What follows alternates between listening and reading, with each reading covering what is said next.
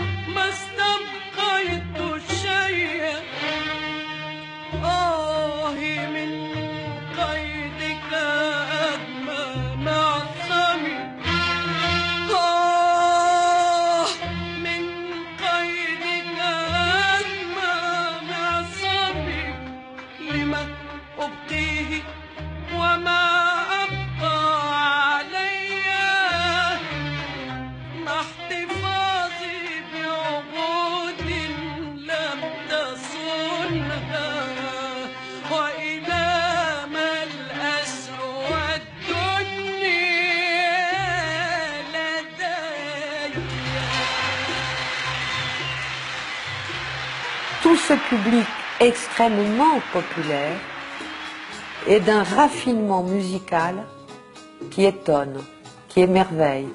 Et c'est vrai que tant qu'on n'est pas rentré dans cette salle de spectacle, je crois qu'on ne peut pas avoir une idée de ce que peut être le monde islamique. Chaleureux, intelligent, subtil, poète, émotif, les gens pleurent.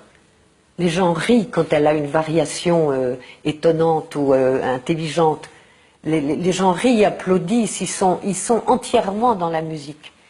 C'est la plus étonnante soirée à laquelle il m'a été donné d'assister.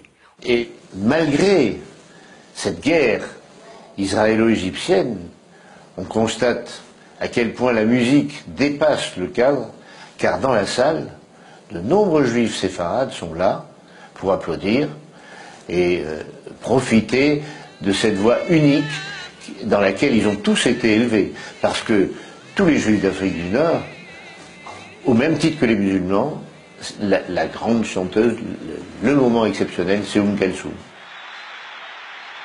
C'est incroyable la chance que j'ai eue d'avoir pu assister à ces 3 jours de concert. C'est une chose qui m'a marquée pour la vie. Là, une fois qu'on a vu ça, je crois qu'on a tout vu. Et tout le reste, après, ça sera moins bien. Ça sera bien, ça sera moins bien. C'est lors d'un voyage à Moscou, en 1970, Kalsoum apprend la mort prématurée de Nasser. Porté par la foule, le Reich égyptien laisse tout un peuple orphelin. Artistiquement, Kalsoum ne survivra que quelques mois à Nasser. Sa voix décline peu à peu et s'éteint en janvier 1973, date de son dernier concert. C'est très très étrange à quel point leur dernier moment, soudain les images sont quasiment les mêmes. Ils ont été enterrés, ils sont morts presque de la même façon, quoi.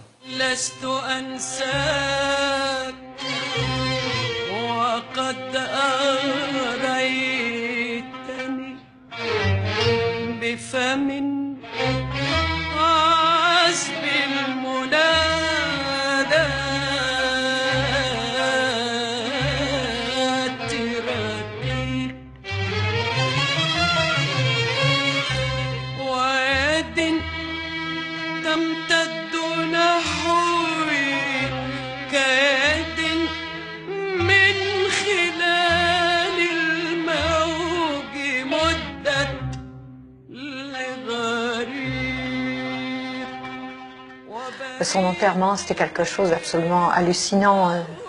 Les gens étaient désespérés. Elle n'avait pas le droit de mourir parce que c'était pas une humaine, c'était quelque chose de puissant. C'est des moments où la foule arrache la dépouille aux officiels. C'est-à-dire que la foule reprend possession de celui qui vient de partir. Comme un dernier acte pour dire, elle m'a appartenu, elle est à moi. Il y a une page qui a été tournée. Et ça, les foules le ressentent de façon presque intuitive, par leur tripes. La page qui est en train d'être tournée, on la retient quelques derniers instants. À sa mort, je me trouvais à Paris. Et un ami m'a demandé qui pourrait remplacer Kalsoum. Et moi j'ai répondu personne. Personne parce que quand le soleil s'est éteint, même la lune doit cesser de briller. شمس الأصيل شمس الأصيل شمس الأصيل ذهبت خوص النخيل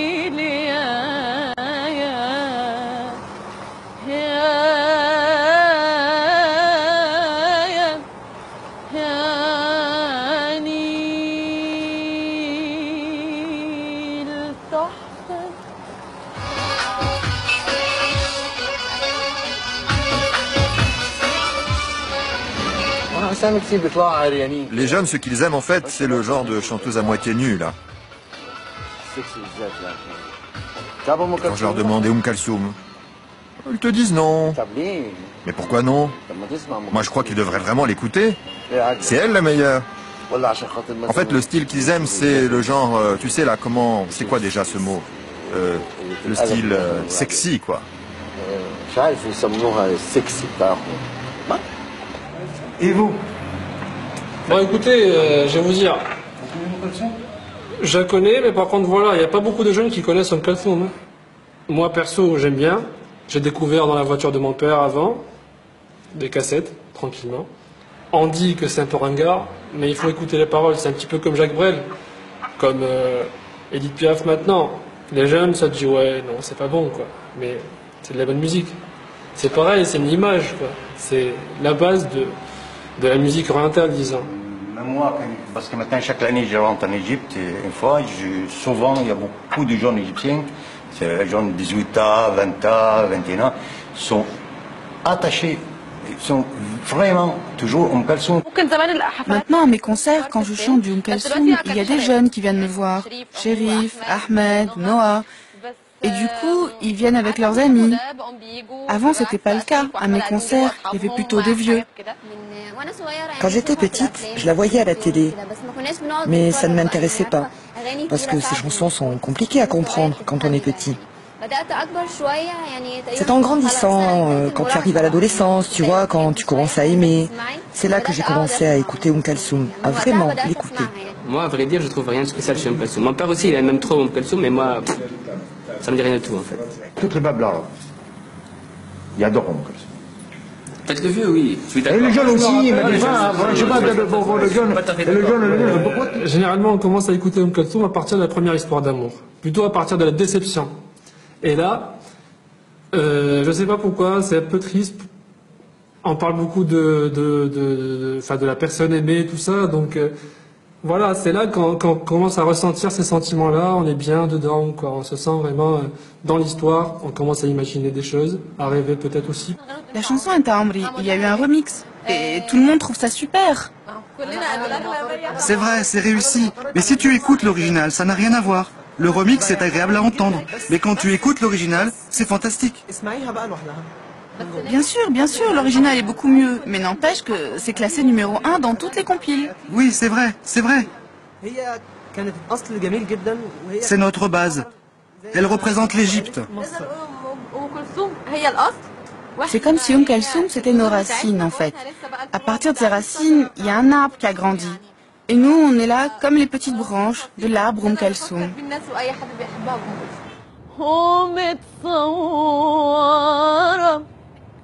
تحفة ومتصورة في صفحتك يا جميل في صفحتك يا جميل في صفحتك يا جميل